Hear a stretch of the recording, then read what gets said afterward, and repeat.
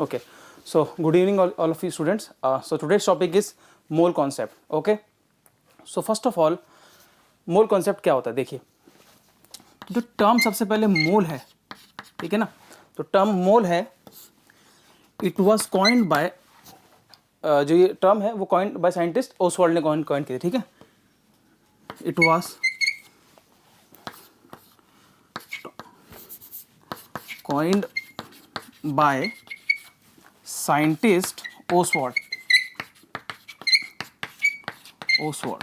ठीक है ना. क्या मतलब होता है इसका? बेसिकली मोल का मतलब क्या है, इसने साइंटिस्ट ओसवाल्ड ने ये टर्म कॉइन की थी. मोल का क्या मतलब होता है? मोल का मतलब होता है according to Oswald, it means heap और पाइल. हीप और पाइल मतलब गठड़ा, ठीक है ना, गठरी मतलब कहने का मतलब क्या है? गठरी. जैसे हम मार्केट में जाते हैं बेटा, जैसे मार्केट में जाते हैं हम क्या करते हैं, मार्केट में हम जाते हैं तो हम क्या बोलते हैं, भैया 1 दर्जन केले दे दीजिए, right.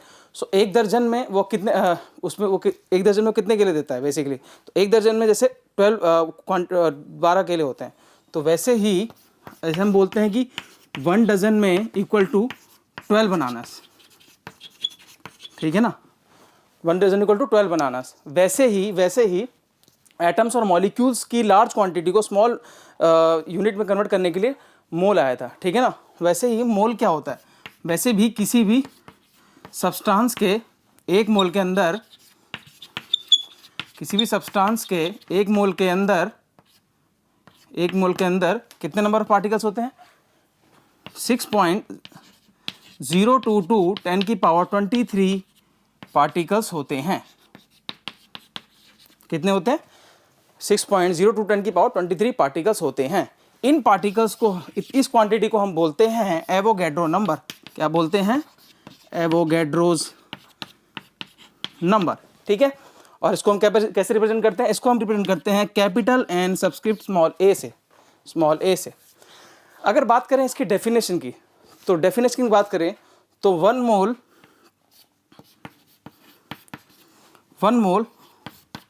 of any substance contain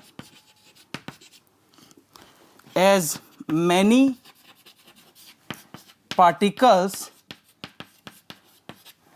as there are in 12 gram of C12 atom, ठीक है ना. 1 मोल का अगर डिफाइन करें तो 1 मोल को कैसे डिफाइन करते हैं? 1 मोल मतलब किसी सब्सटेंस का 1 मोल मतलब क्या? उसमें जो 12 ग्राम C12 एटम में जितने नंबर ऑफ पार्टिकल्स होते हैं वो बराबर होता है हमारा 1 मोल के, ठीक है.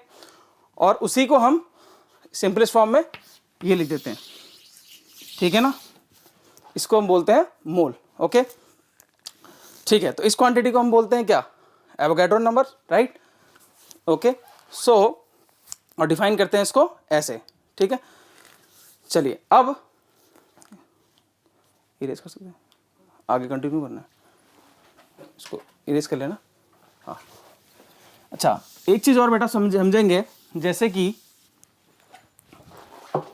एवोगैड्रो. हाँ, अब यहाँ देखिए, ये जो पार्टिकल्स हैं, जो मैंने बात करी पार्टिकल्स की, ठीक है, ये पार्टिकल्स क्या हो सकते हैं बेटा? ये particles, this particles can be what? This particle can be बेटा एटम्स भी हो सकते हैं, ये मॉलिक्यूल्स भी हो सकते हैं, और आयंस भी हो सकते हैं, ठीक है ना.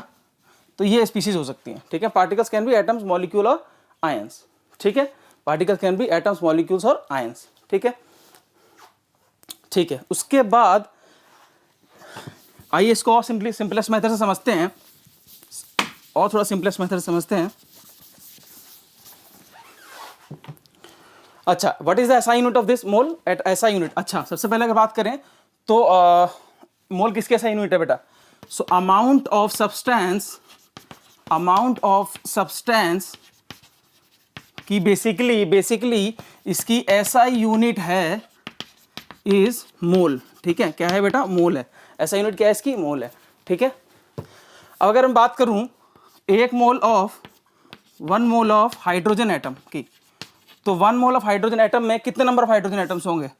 तो 1 मोल ऑफ हाइड्रोजन एटम्स की अगर बात करें तो इसमें होंगे 6.022 10 की power 23 H atoms, that is hydrogen atoms, ठीक है ना। अगर मास की बात की जाए तो मास क्या होगा, एक हाइड्रोजन एटम के मास के बराबर, दैट इज 1 ग्राम, 1 ग्राम, ठीक है। तो ये है, ठीक है। उसके बाद अगर बात करें, ठीक है, thank you, that's all for the day.